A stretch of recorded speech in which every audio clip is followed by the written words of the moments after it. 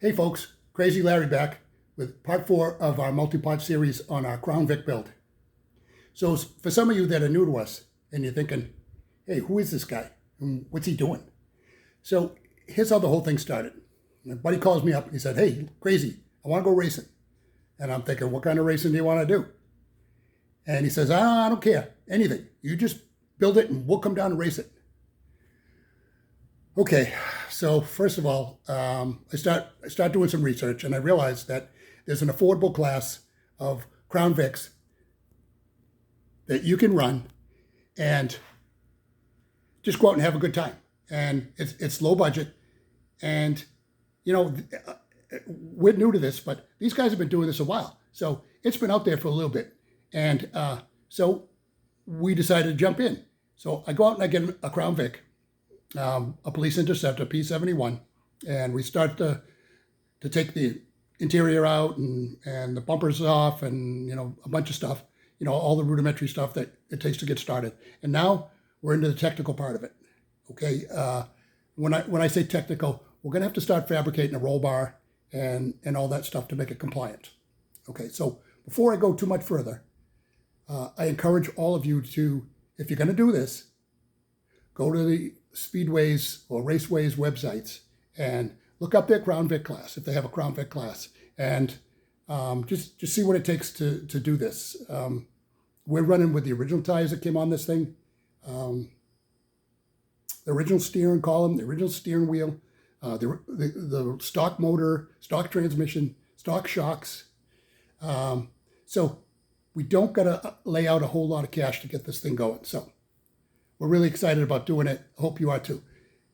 All right, so what I want to show you is a couple of things you need to get started. All right, so we got some metric impact sockets, a bunch of hand tools. This little baby right here, it's a T50 Torx bit. It's worth its weight in gold. That's the only thing that'll take the seatbelt bolts out. And save some of those seatbelt bolts, as I said before, because you're going to need them. They're hardened steel, and you're going to need them to put your 5-point restraint back in. Okay? Some miscellaneous hand tools, metric sockets, smaller sockets, a big hammer. We're going to need some acetone to clean our roll bar tubing. And speaking of roll bar tubing, we're going to do our bending with this hydraulic bender that we got at our local economy tool store. That's all I'm going to say. Economy tool store. You all probably know what I mean by that. All right. So where are we at right now? So what we did is in a previous version, I told you we were going to use electrical tubing. We were going to do a mock-up of the main roll cage, which is the piece that goes behind the B pillar to the other B pillar on the other side. And that's our main, they call it the main hoop. Okay, so I don't want to waste a bunch of money, you know, trying to bend. I wanted to fabricate something and make a template. So that's what we did. It's pretty easy to bend. You can maybe rent one of these, a 1/2-inch bender, or if you got a buddy that's an electrician, maybe he can hook you up and give you his bender for the weekend.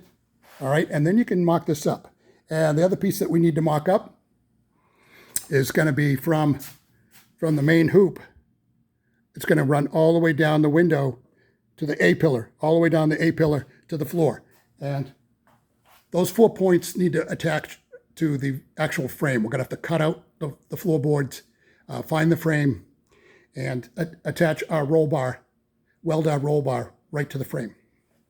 Okay, speaking of roll bar, here it is right here. Here's our tubing that we're using. It's 1 3/4 inch diameter, 0.95 wall thickness. Okay, and according to my calculations, we're going to need somewhere around 80 feet, plus or minus 80 feet. Okay, so the other thing I've done is I've run this right across to the doors, and I've checked it for level, and it wasn't quite level. So I put some blocking underneath, and that's just going to keep the car from bobbing up and down while you're jumping from side to side. trying to do your measurements. I mean, yeah, it's smart. It's good practice. All right, so let's see. That pretty much covers that. We're going to be doing a lot of fab in the next week or so. We got a lot of pipe to bend. I'll put the guys to work. They're on break right now, but when they come back, I'll put them right to work, and we'll get this roll cage going, and we'll show you some more.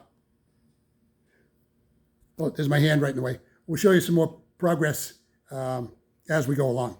Now, we don't monetize. We're not trying to make any money off this. We're just, when I went out there to look and see how you build one of these cars, there was nothing out there. So I said, Krazy, I think it's time for you to do a video. And so that's why we're doing what we do. Okay? We're Larry's Rod Shop, and we're here in Central Florida. I'm not going to tell you where.